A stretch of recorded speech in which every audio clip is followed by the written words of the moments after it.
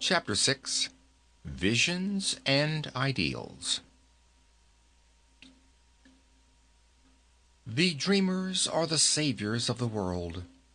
As the visible world is sustained by the invisible, so men, through all their trials and sins and sordid vocations, are nourished by the beautiful visions of their solitary dreamers. Humanity cannot forget its dreamers. It cannot let their ideals fade and die. It lives in them. It knows them as the realities which it shall one day see and know. Composer, sculptor, painter, poet, prophet, sage. These are the makers of the afterworld, the architects of heaven. The world is beautiful because they have lived. Without them, laboring humanity would perish. He who cherishes a beautiful vision, a lofty ideal in his heart, will one day realize it. Columbus cherished a vision of another world, and he discovered it. Copernicus fostered the vision of a multiplicity of worlds and a wider universe, and he revealed it. Buddha beheld the vision of a spiritual world of stainless beauty and perfect peace, and he entered into it. Cherish your visions. Cherish your ideals. Cherish the music that stirs in your heart, the beauty that forms in your mind, the loveliness that drapes your purest thoughts, for out of them will grow all delightful conditions, all heavenly environment. Of these, if you but remain true to them, your world will at last be built. To desire is to obtain. To aspire to is to achieve. Shall man's basest desires receive the fullest measure of gratification, and his purest aspirations starve for lack of sustenance? Such is not the law. Such a condition of things can never obtain. Ask and receive. Dream lofty dreams, and as you dream, so shall you become. Your vision is the promise of what you shall one day be. Your ideal is the prophecy of what you shall at last unveil. The greatest achievement was at first, and for a time, a dream. The oak sleeps in the acorn, the bird waits in the egg, and in the highest vision of the soul a waking angel stirs. Dreams are the seedlings of realities. Your circumstances may be uncongenial, but they shall not long remain so if you but perceive an ideal and strive to reach it. You cannot travel within and stand still without. Here is a youth hard pressed by poverty and labor, confined long hours in an unhealthy workshop, unschooled and lacking all the arts of refinement. But he dreams of better things. He thinks of intelligence, of refinement, of grace and beauty. He conceives of, mentally builds up, an ideal condition of life. The vision of a wider liberty and a larger scope takes possession of him.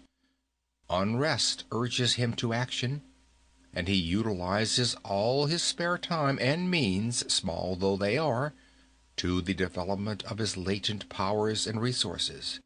Very soon, so altered has his mind become that the workshop can no longer hold him. It has become so out of harmony with his mentality that it falls out of his life as a garment is cast aside, and, with the growth of opportunities which fit the scope of his expanding powers, he passes out of it forever. Years later, we see this youth as a full-grown man. We find him a master of certain forces of the mind which he wields with world-wide influence, and almost unequaled power. In his hands he holds the cords of gigantic responsibilities. He speaks, and lo, lives are changed. Men and women hang upon his words and remold their characters, and, sunlike, he becomes the fixed and luminous center round which innumerable destinies revolve.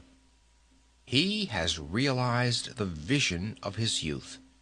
He has become one with his ideal. And you too, youthful reader, will realize the vision, not the idle wish, of your heart, be it base or beautiful, or a mixture of both. For you will always gravitate toward that which you secretly love most. Into your hands will be placed the exact results of your own thoughts. You will receive that which you earn, no more, no less.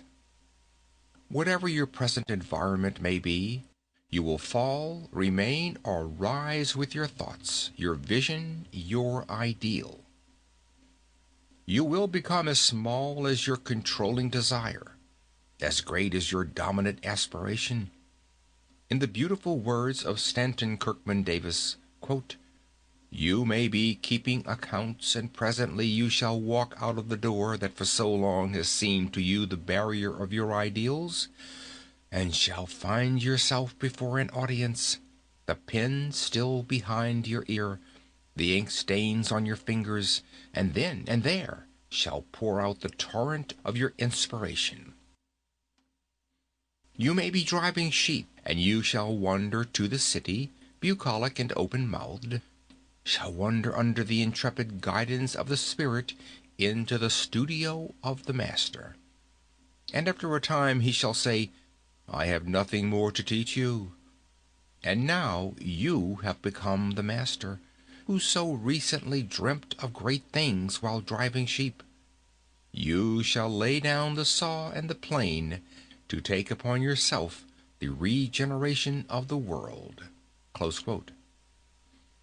The thoughtless, the ignorant, and the indolent, seeing only the apparent effects of things and not the things themselves, talk of luck, of fortune, and chance. Seeing a man grow rich, they say, "How lucky he is!" Observing another become intellectual, they exclaim, "How highly favored he is!" And noting the saintly character and wide influence of another, they remark, "How chance aids him at every turn!"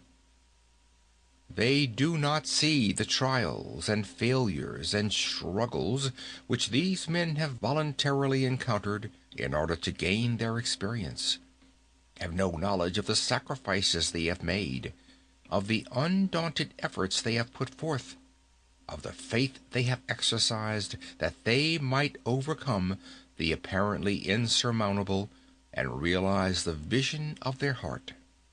They do not know the darkness and the heartaches. They only see the light and joy and call it luck. They do not see the long and arduous journey, but only behold the pleasant goal and call it good fortune. Do not understand the process, but only perceive the result and call it chance. In all human affairs there are efforts and there are results, and the strength of the effort is the measure of the result. Chance is not. Gifts, powers, material, intellectual, and spiritual possessions are the fruits of effort. They are thoughts completed, objects accomplished, visions realized. The vision that you glorify in your mind, the ideal that you enthrone in your heart, this you will build your life by, this you will become.